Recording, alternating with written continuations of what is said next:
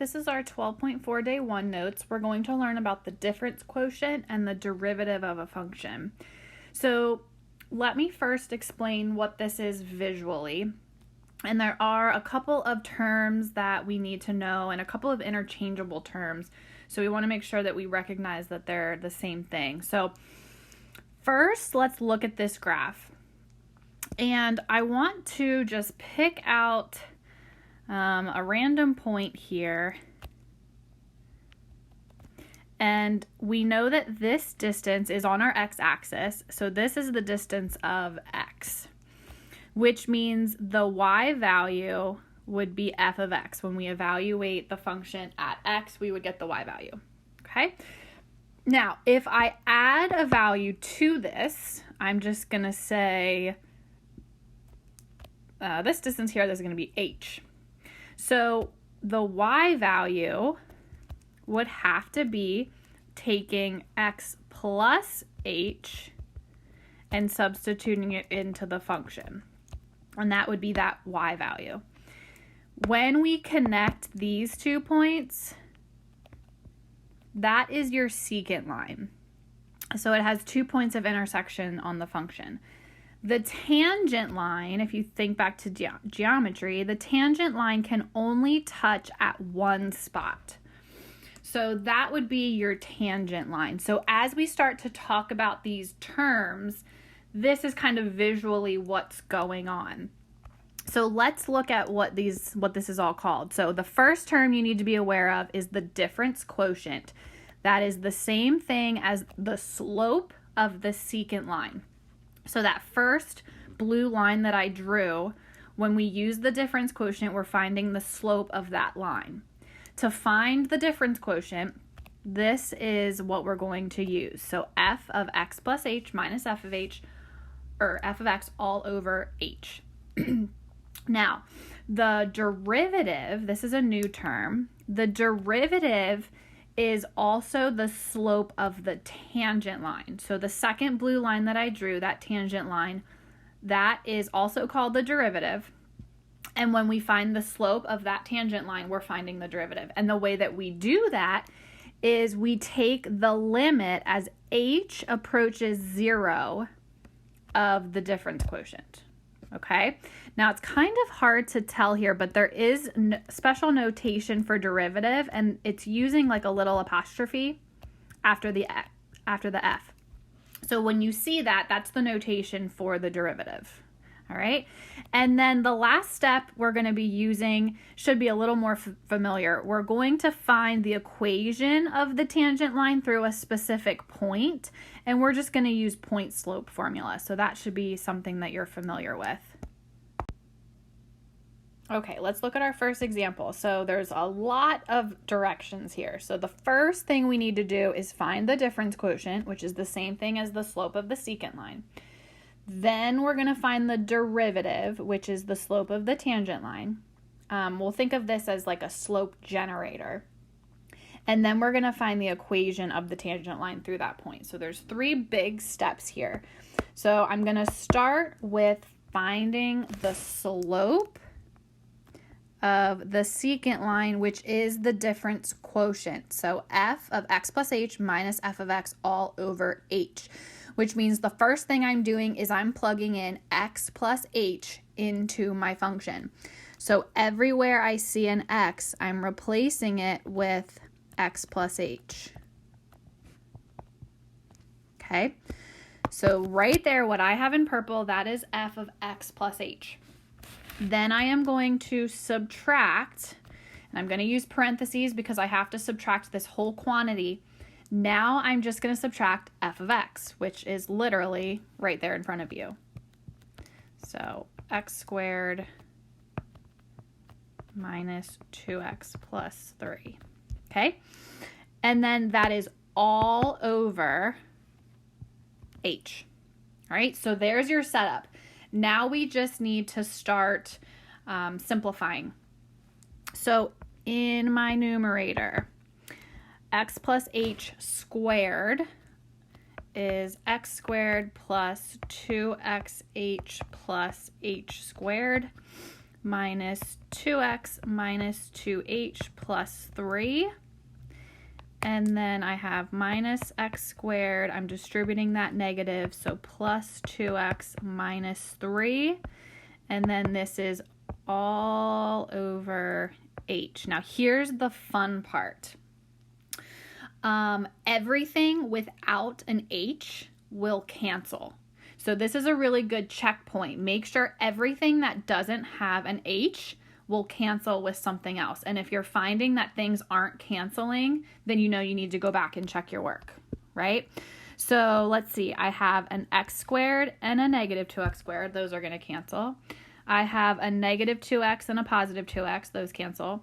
And I have a positive 3 and a negative 3. So those are going to cancel.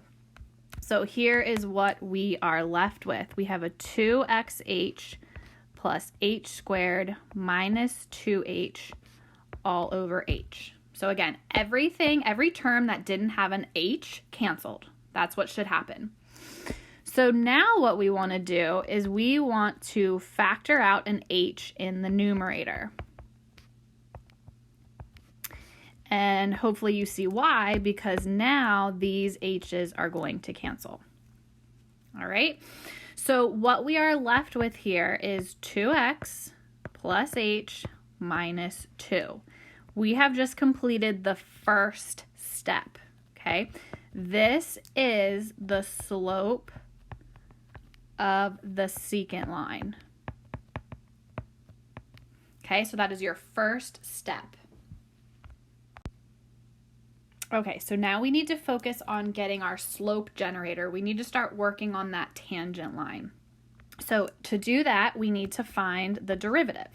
So here's that notation for the derivative. We say f prime of x. So this is f prime of x. And in order to take the derivative, this is the limit as h approaches 0 of the slope of the secant line. So now we're back to limits. And if h is approaching 0, we're going to use direct substitution, which would mean that we're just left with 2x minus 2 when we plug in 0 for h, right? This, you want to think of this as your slope generator. Okay, so now we need to find the slope when this goes through the given point. So the given point is 2, 3. So that's your x value and that's your y value. So we're going to take the derivative and evaluate it at our x value of 2. So I'm just plugging in 2 for that slope generator, and I get 2. So now what we did is we found the slope. Okay.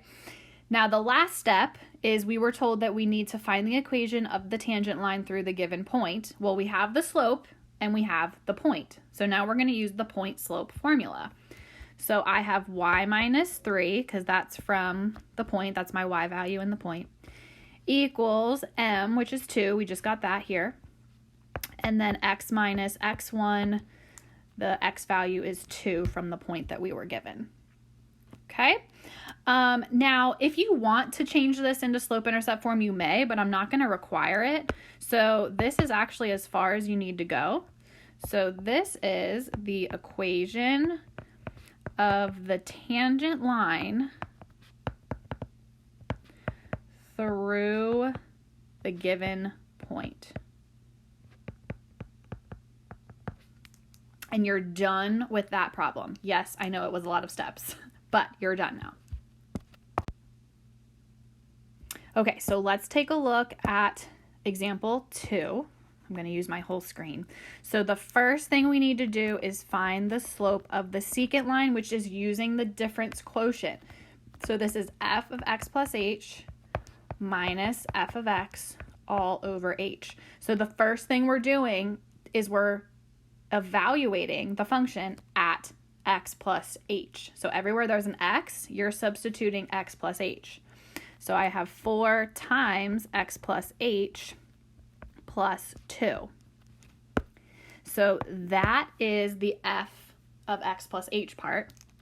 Now I have to do the minus f of x. Well, we know what f of x is. Just make sure you use parentheses to subtract the whole quantity. and then that is all over h. All right, so in my numerator, I now have 4x plus 4h plus 2 minus 4x plus 2 all over h.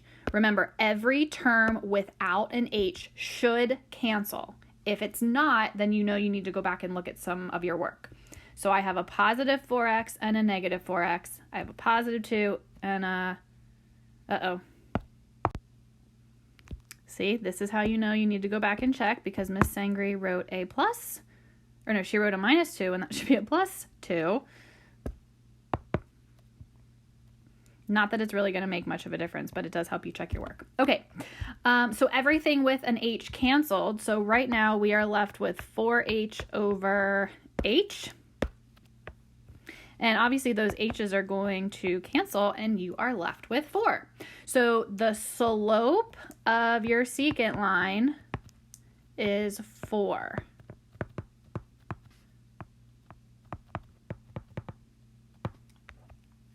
The next thing we need to do is find the derivative.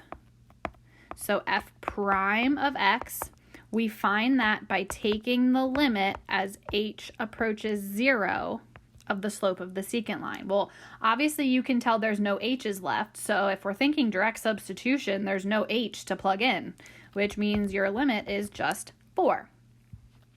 Okay, so there's your slope generator. Now, the point that we were given, kind of irrelevant at this point, because again, we know what our slope is. Actually, I'm speaking too soon. So we have our slope, and now we're going to use that point to do our point slope form. So here we go. So we have y plus 6 equals the slope of 4, and then x plus 2. And again, you do not have to go any further than this if you don't want to.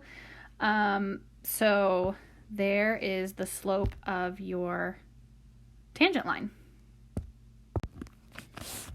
All right, if you would like to watch one more example, I will do number 3 with you.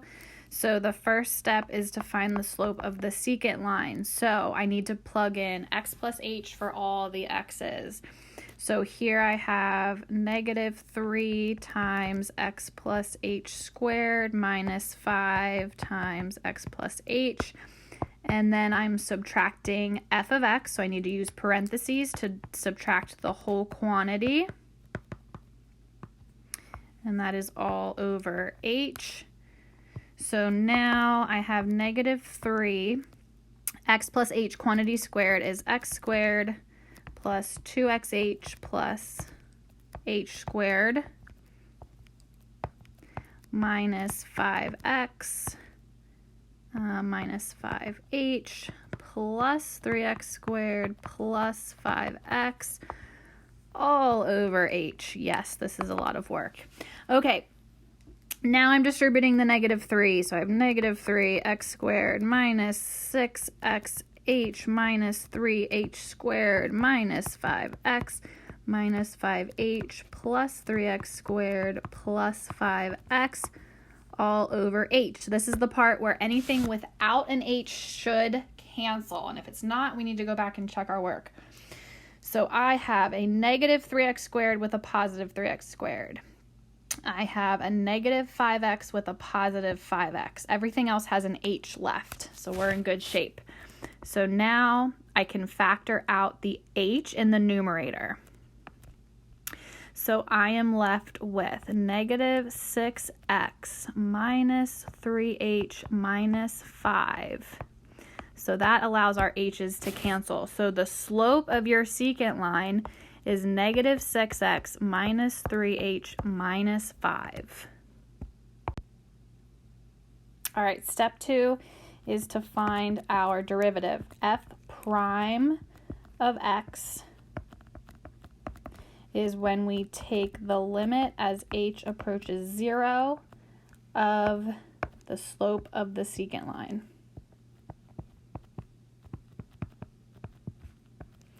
So thinking of direct substitution, oops, this should be an h. So thinking direct substitution, we are going to substitute 0 in for h, which is going to make this middle term go bye-bye. So the derivative is negative 6x minus 5. This is your slope generator.